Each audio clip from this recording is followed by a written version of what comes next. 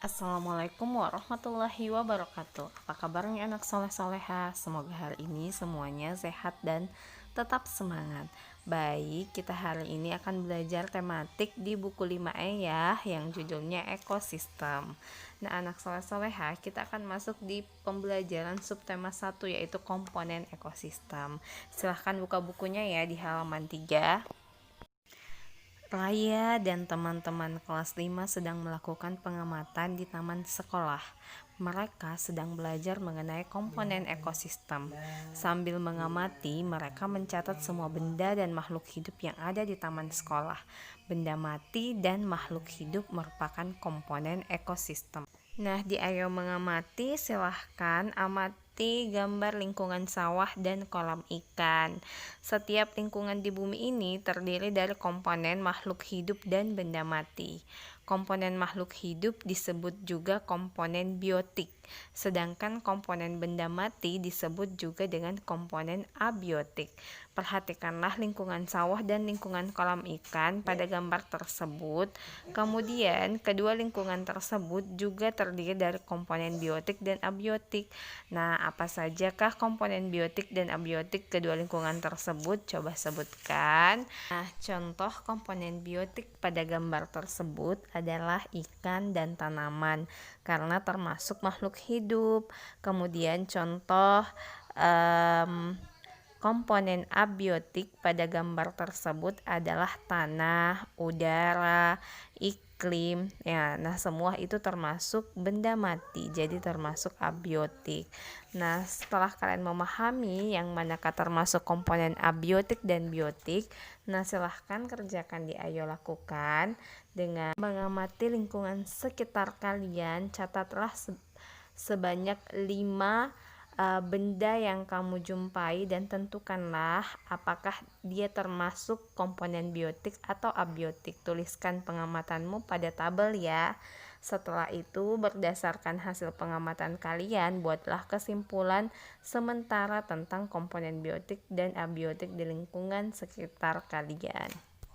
Kemudian di halaman 5, ayo membaca. Nah, silahkan kalian baca percakapan tersebut dengan intonasi yang tepat. Kemudian di Ayo Berlatih, tulislah di buku tugas kalian informasi apa yang kalian temukan pada percakapan tersebut.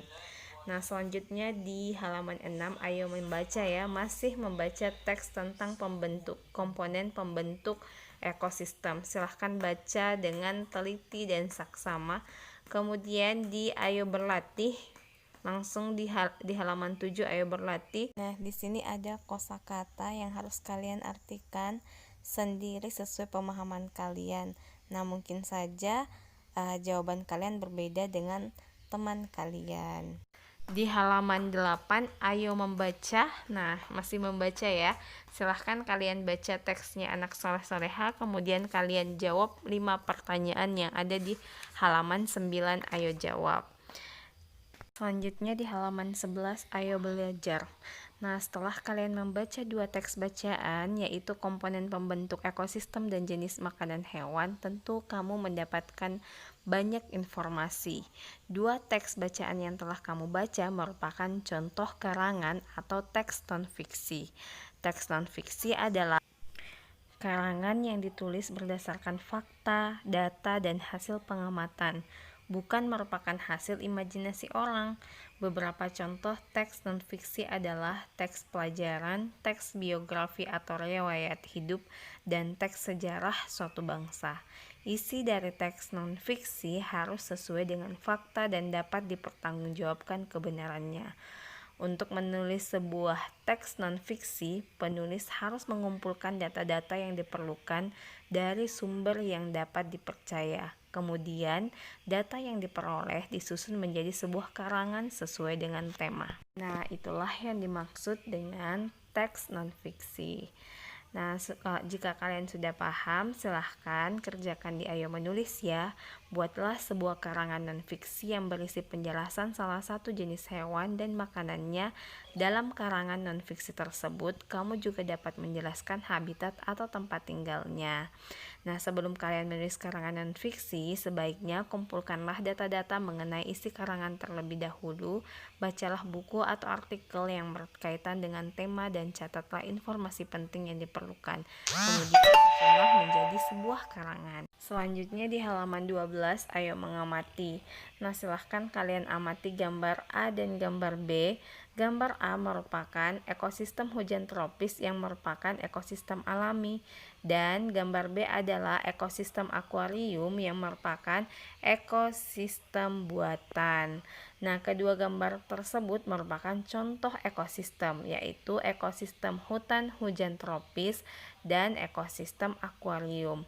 Meskipun sama-sama ekosistem, tapi keduanya memiliki perbedaan. Nah, tahukah kalian apa perbedaannya? Ekosistem hujan tropis merupakan jenis ekosistem darat alami, sedangkan ekosistem akuarium merupakan jenis ekosistem air buatan. Coba amati kembali kedua ekosistem tersebut, tuliskan ciri-cirinya. Selanjutnya di halaman 13, ayo membaca. Silahkan baca teks bacaan tersebut, yaitu jenis-jenis ekosistem. Setelah kalian baca, silahkan kerjakan ayo berlatih ya. Tuliskan gagasan pokok paragraf 1, 2, dan 3. Kemudian tulislah informasi penting yang kamu dapat dari bacaan tersebut. Selanjutnya di halaman 15, ayo membaca. Nah, silahkan kalian baca teks penggolongan hewan berdasarkan jenis makanannya. Setelah itu, kalian kerjakan di halaman 18, ayo berlatih. Identifikasi susunan gigi hewan apakah gambar berikut ini, kemudian jelaskan pula susunan giginya. Nah, itulah tugas kalian hari ini anak soleh-soleha. Afwan, pelajaran hari ini lebih banyak membaca teks ya. Jadi kalian yang berperan penting untuk memahami pelajaran hari ini anak soleh-soleha. Tetap semangat. Jika ada yang kurang dipahami, boleh silahkan chat Bunda, insya Allah Bunda akan balas. Syukran. Assalamualaikum warahmatullahi wabarakatuh.